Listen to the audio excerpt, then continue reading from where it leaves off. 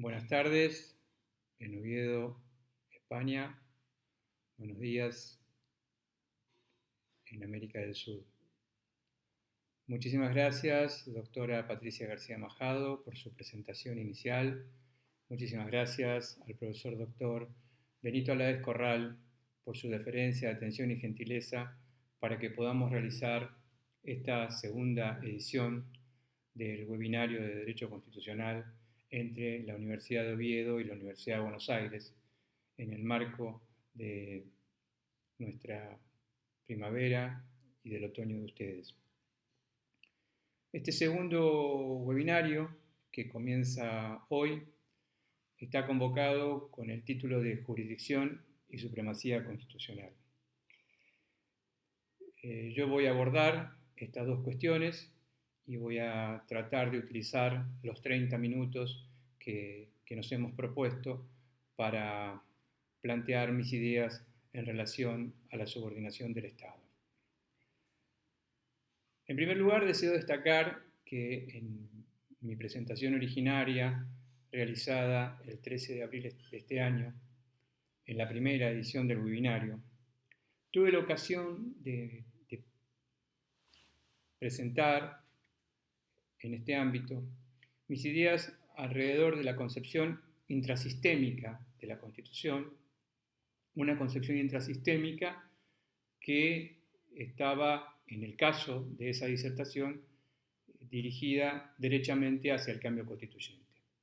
Concretamente, en ese momento, fijé los 4 elementos que, a mi juicio, son los componentes esenciales del artificio constitucional: las simples declaraciones, los derechos, bienes y deberes fundamentales, el poder y su control y la reforma constitucional. Esos 4 elementos configuran una visión intrasistémica del derecho, de la Constitución. En la convocatoria del día de hoy voy a realizar no un enfoque intrasistémico, sino un enfoque extrasistémico. Es decir, no voy a analizar el componente constitucional hacia dentro del mismo, sino hacia afuera del mismo. Es decir, las modalidades que asume concretamente el artificio constitucional en su vinculación con el resto de los elementos del Estado. Así, en segundo lugar,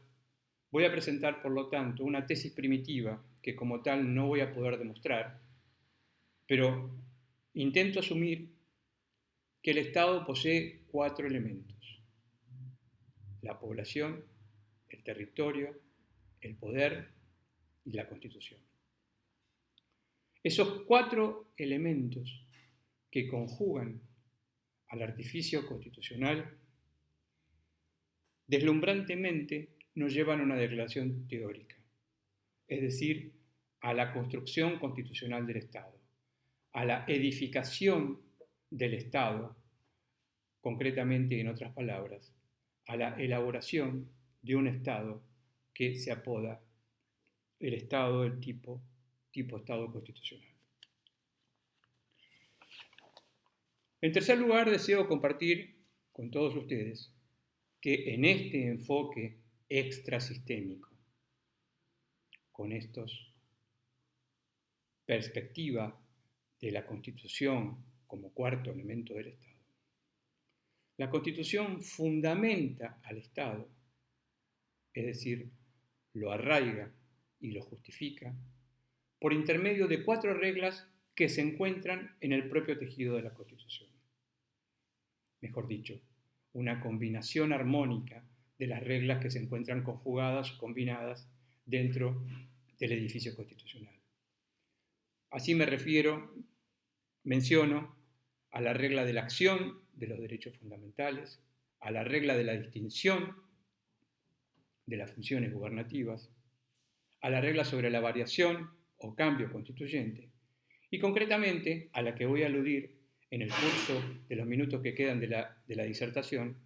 Concretamente me voy a referir a la regla sobre la subordinación. Por dicha razón, y en cuarto lugar, ya ingresando al tema específico,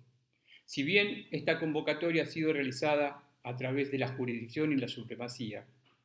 a mi juicio, la regla de subordinación de la Constitución al Estado se desenvuelve a través de tres pilares: la supremacía normativa, el control de constitucionalidad y el principio de juridicidad. Es decir, que el principio de juridicidad, el control de constitucionalidad y la supremacía normativa, encajados dentro de ese principio de subordinación del Estado, dan lugar, o deberían dar lugar, a tres cualidades mayúsculas que requiere todo ordenamiento jurídico. Es decir, la unidad del ordenamiento a través de la supremacía normativa, la totalidad sistémica del ordenamiento a través de la coherencia y el control de constitucionalidad, y finalmente, la certeza a través del principio de juridicidad. Unidad, totalidad y completud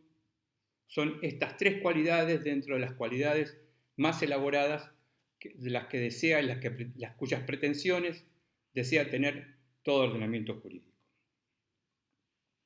Paso así, seguidamente, a la primera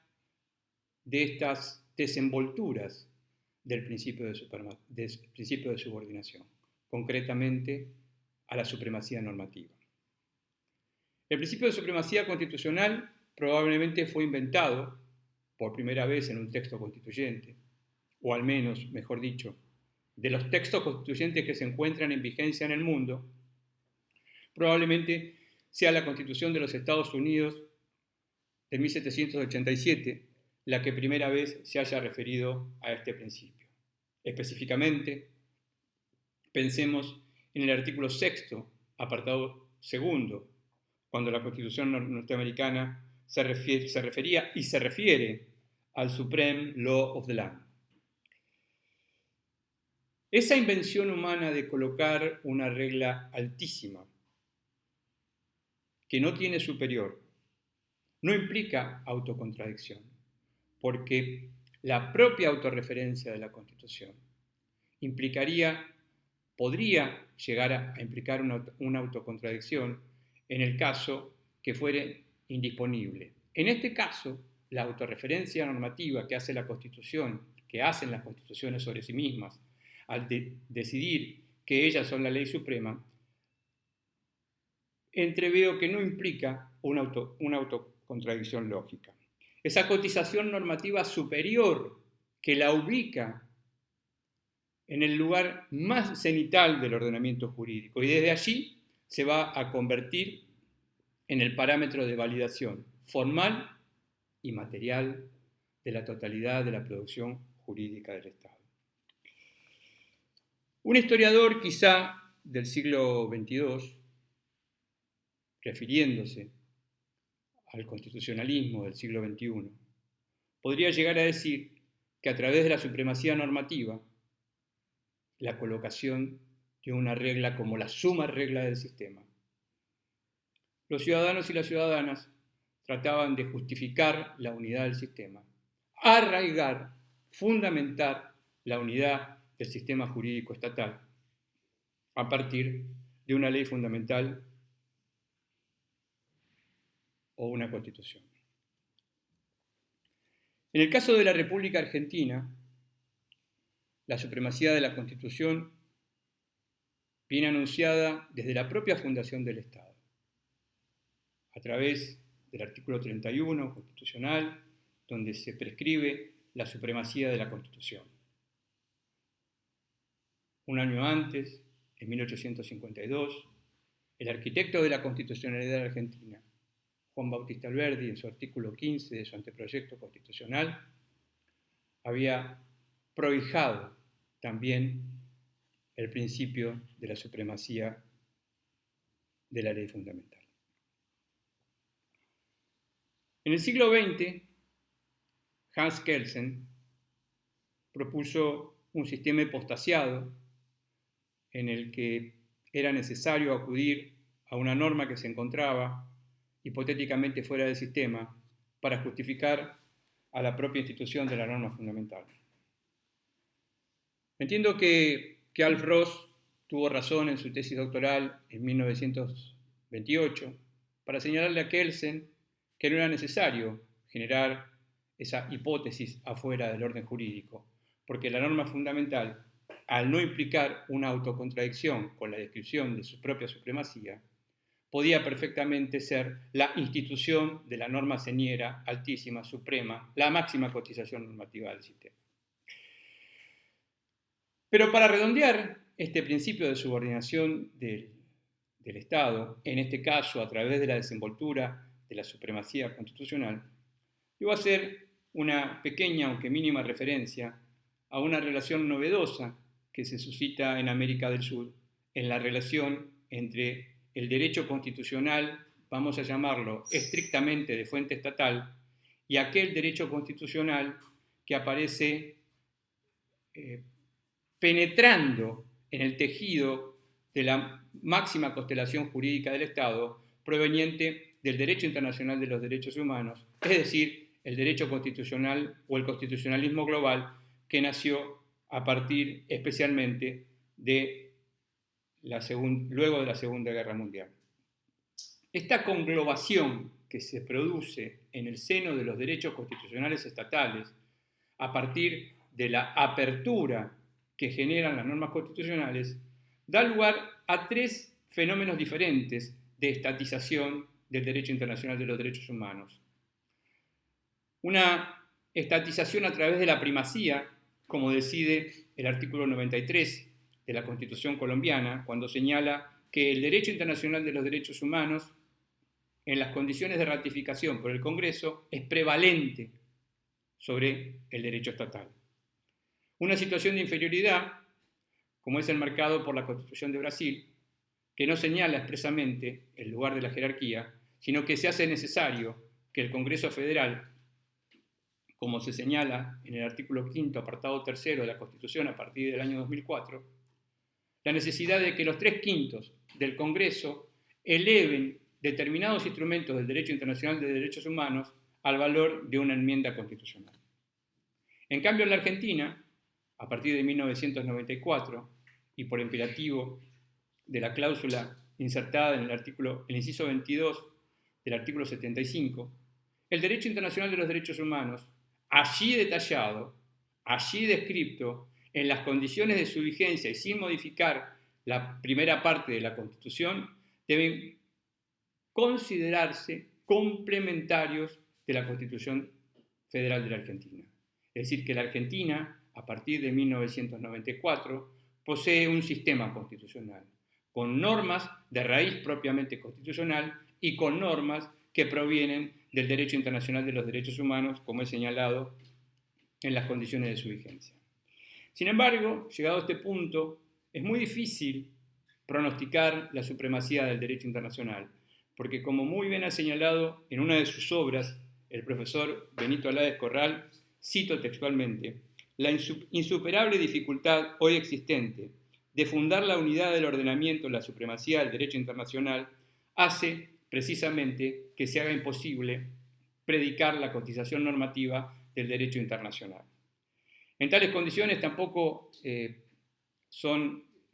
para no considerar, sino todo lo contrario, los notables esfuerzos que ha realizado y que viene realizando el profesor italiano Luigi Ferraioli en el sentido de generar un derecho constitucional global, una constitución de la tierra, en cuyos trabajos ha publicado recientemente y tengo entendido que se encuentra enfrascado en la actualidad.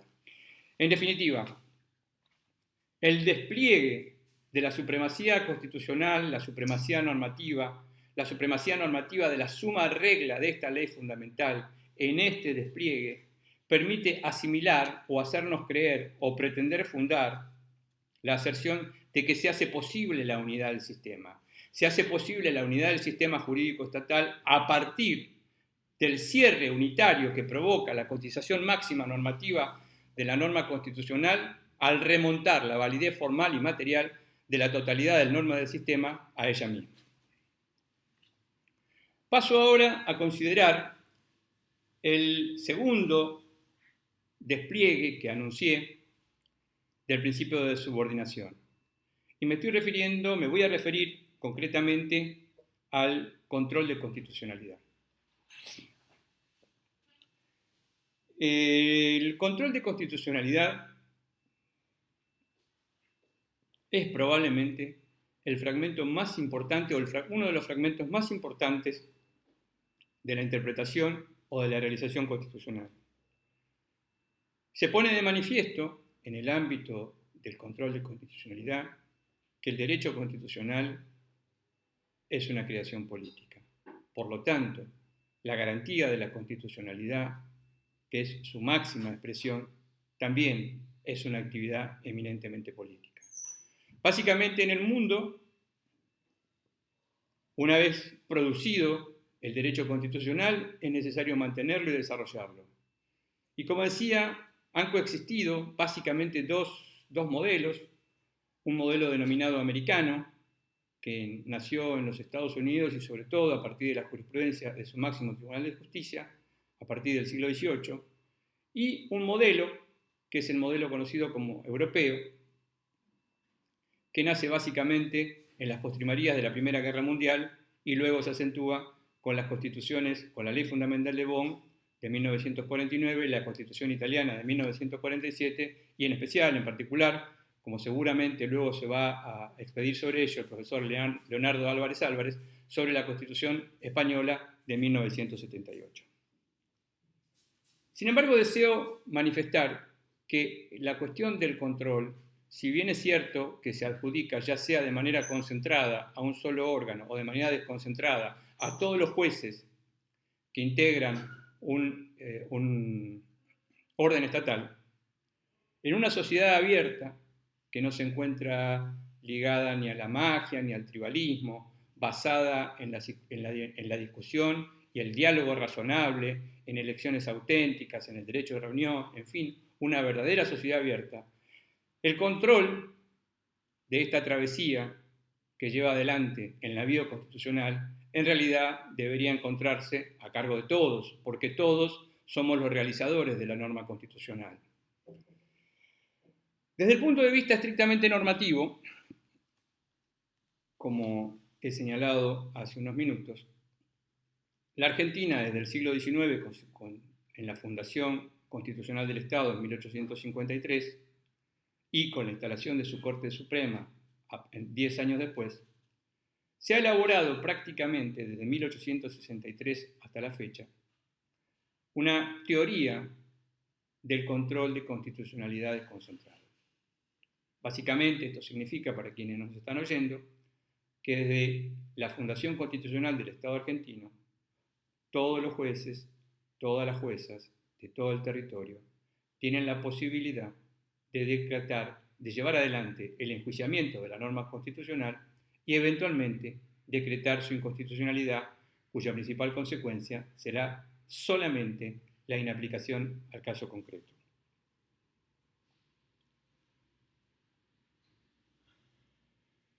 La Constitución como derecho supremo, para asegurar precisamente esa máxima cotización normativa a través del control de constitucionalidad, aspira a mantener una totalidad sistematizada del propio orden jurídico y de la ordenación que el orden jurídico debe llevar adelante. Controlar la constitucionalidad, por lo tanto, es en definitiva colocar límites. Ya sea colocar límites por infracción a determinados procedimientos formales o colocar límites por la infracción a determinados contenidos sustanciales. En definitiva, en la propia intersección conceptual, donde se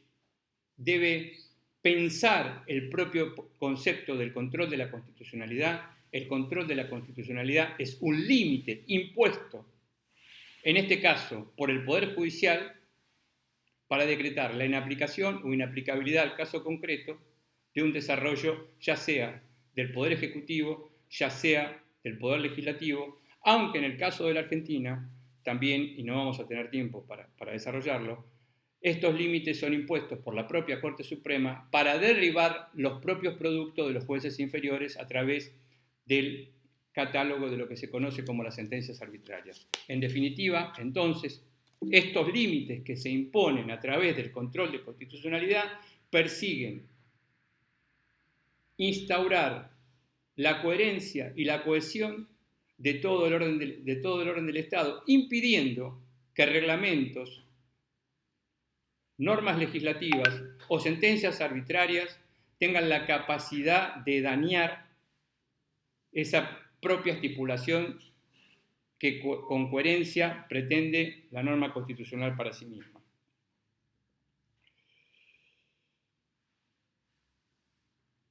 La inconstitucionalidad necesariamente siempre será un conflicto normativo, aunque también, en el caso como señalaba recién, agudamente en algunos aspectos, la Corte Suprema de Justicia de la Argentina ha ingresado en situaciones de inconstitucionalidad fáctica al derribar material probatorio existente en determinadas causas judiciales. En definitiva, lo que deseo compartir con ustedes son algunas características, abuelo de pájaro, de lo que significa el control de constitucionalidad de la Argentina desde 1863. La gran mayoría de estas normas son normas elaboradas precisamente por la actividad jurisdiccional. Así, el control judicial en la Argentina es un control a pedido de parte. Sin petición de parte no funciona y debe existir una causa judicial. Sin causa judicial no habrá excepción posible para llevar adelante el control de constitucionalidad. La materia tiene que ser de las materias que se conocen como controlables, quedando fuera de ello una doctrina cada vez más rendida y prácticamente rendida de rodillas, que es la doctrina de las cuestiones políticas. Prácticamente hoy se puede decir que toda la tarea del Estado, o casi toda la tarea del Estado, queda penetrada de la posibilidad del control de constitucionalidad, excepto, al menos por ahora, la reforma de la Constitución. Es un control a posteriori, porque no existe el consejo o el asesoramiento previo, hay que plantearlo, como decía, en el seno de un juicio, y para eso debe existir la norma o el reglamento. Siempre será contencioso, no procede de oficio, siempre deberá existir, como he señalado, la petición de parte, es decisorio porque determinará la inaplicabilidad solamente para el caso concreto.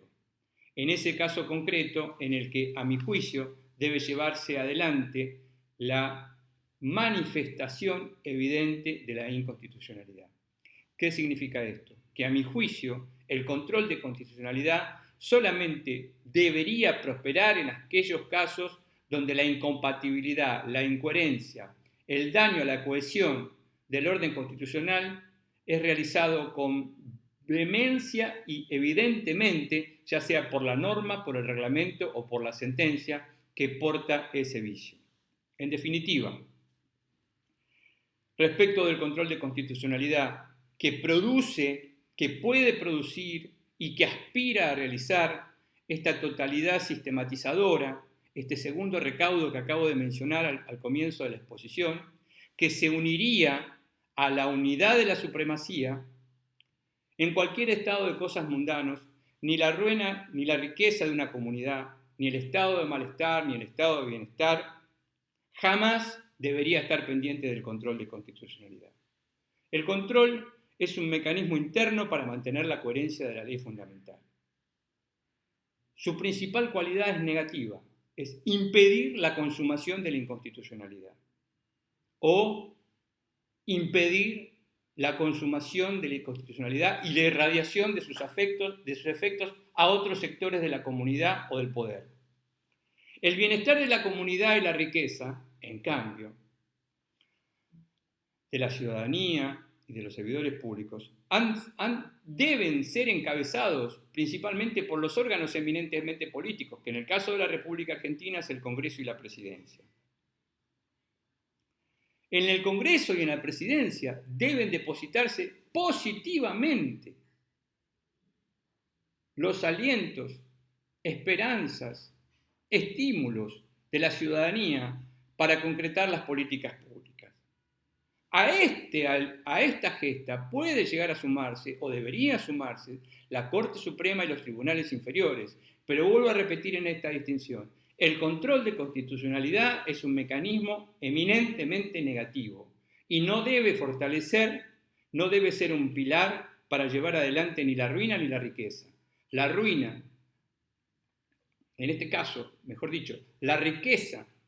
la búsqueda del bienestar de una comunidad debe perseguirse a través de políticas públicas generadas, diseñadas, alentadas, sostenidas y fundadas de los órganos eminentemente políticos. Por otro lado, la Corte Suprema de la Argentina se encuentra desbordada por la cantidad de causas que tiene, motivo por el cual, si a ello se suma las serias dificultades que tiene su funcionamiento, que se encuentran anatemizadas en la vetustez y falta de actualización y democratización de sus reglas de competencia, hacen que no se pueda imaginar que los conflictos capitales del Estado, repito, en sentido positivo, puedan ser alojados como última palabra en la Corte Suprema de Justicia. El bienestar de la comunidad, que se mide, como muy bien dice la Constitución suiza, por la situación en que se encuentran los menos afortunados, es una obligación indisponible de los órganos eminentemente políticos. En este caso, vuelvo a repetir, el presidente y el Congreso. Culminada entonces la segunda observación en relación al control de constitucionalidad, que aspira a la configuración de esa cualidad de las cualidades, que es brindar una totalidad sistematizada del orden jurídico, paso ahora al último despliegue del principio de la subordinación. Y me refiero concretamente al postulado de la juridicidad. Muchas personas piensan que la Constitución puede contemplar absolutamente todo. Y la Constitución no contempla absolutamente todo, porque la vida de los seres humanos, desde tiempo inmemorial, se encuentra regida por el principio de indeterminación. Así que, ¿cómo podría imaginarse que una Constitución pudiera contener la manera determinada y determinada para siempre de la totalidad de la conducta de los seres humanos? Uno puede imaginar que una Constitución sea necesariamente completa. Esa completitud a la que aspira la norma constitucional es una aspiración. La norma constitucional, vuelvo a repetir, con sus permisiones, con sus obligaciones y con sus prohibiciones, genera un abanico de disposiciones, pero no puede generar, como veremos ahora, la totalidad de las conductas de los seres humanos, porque vuelvo a repetir, la conducta de los seres humanos es fundamentalmente indeterminada e imprevisible. Esto no quita que la Constitución pueda generar un marco ideal, un marco de idealización, en el que se genere un determinado esquema de conductas que, como he dicho, permita, obliga o prohíba el comportamiento o la guía del comportamiento de los seres humanos que viven en determinada comunidad. Llamo, por tanto, principio de juridicidad a esta desenvoltura de la subordinación, de la sujeción del Estado. La mensura de la juridicidad, en el caso de la República Argentina, encuentra una regla que probablemente es una regla de las más importantes, una regla capital del orden jurídico argentino. Me refiero al artículo 19 de la Constitución, que dispone, señeramente, desde 1853, que las acciones privadas de los hombres, que de ningún modo ofendan al orden y a la moral pública, ni perjudiquen a un tercero, están solo reservadas a Dios y exentas de la autoridad de los magistrados. Ningún habitante de la nación será obligado a hacer lo que no manda la ley, ni privado de lo que ella no prohíbe. Así, este principio de juridicidad constituye una suposición inicial, un enérgico postulado del Estado constitucional, un axioma cuya evidencia se apoya positivamente, porque por su intermedio, con máxima intensidad, se distingue todo aquello que es ordenado en el Estado constitucional. La ordenación que consagra, estimula y financia el principio de juridicidad, nos permite distinguir un mundo con reglas jurídicas y un mundo sin reglas jurídicas. Propongo entonces, en esta comprensión y observación del mundo del derecho, dos mundos claramente delineados, bien separados y diferenciados. Uno sin reglas jurídicas, una entidad extraña al mundo del derecho y sin propiedades jurídicas.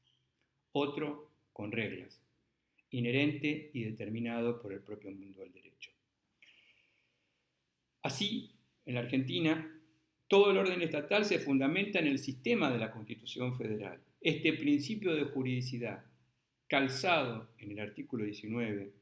cuya formulación acabo de señalar, es el marco de referencia en el que el Estado se hace presente y se concreta por su intermedio la totalidad del discurso del derecho. El objeto entonces del principio de juridicidad consiste en concretar y desarrollar que tanto los ciudadanos como los gobernantes sepan de antemano qué conductas están prohibidas, qué conductas son obligatorias y qué conductas son permitidas. El sistema ordenado por la Constitución Federal en la República Argentina es la única fuente del derecho constitucional, tanto de raíz como el de jerarquía constitucional. El principio de juridicidad, por lo tanto, nos permite acercarnos a la seguridad de la existencia de un cierto orden y a la eliminación del conflicto a través de un orden normativo calzado en la Constitución. De esta manera, llego al comentario o a los comentarios finales que voy a tratar de realizar en este momento. En primer lugar, no hay más Estado, o no debería haber más Estado, que aquel que es organizado por la Constitución. El artificio constitucional, ese artefacto fundamental, esa suma regla es la que edifica la totalidad del Estado.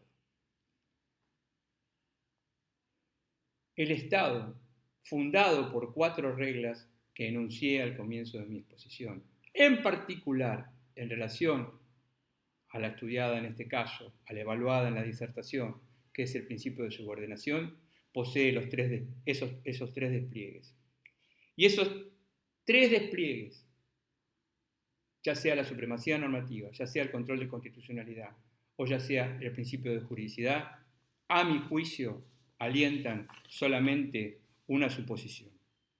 la idea de subordinar al Estado, que el Estado quede subordinado al derecho de la Constitución, inclusive con el despliegue de los derechos internacionales de los derechos humanos, y que todos los ciudadanos y todas las ciudadanas puedan saber que se encuentra establecido el derecho constitucional y que estas 3 cualidades, la totalidad, la unidad y la certeza, que brindan cada uno de estos 3 despliegues, que son la supremacía normativa, el control de constitucionalidad y el principio de juridicidad, llevan a la máxima de las ambiciones: la certeza. La certeza en la existencia del derecho, la certeza en el sometimiento a las reglas del derecho constitucional. El único modo posible que se conoce hasta ahora para poder vivir sin derramamiento de sangre. Muchísimas gracias por la atención y estaré atento a las preguntas que van a realizar con total seguridad luego que termine la exquisita disertación siguiente del profesor Leonardo Álvarez. Muchísimas gracias.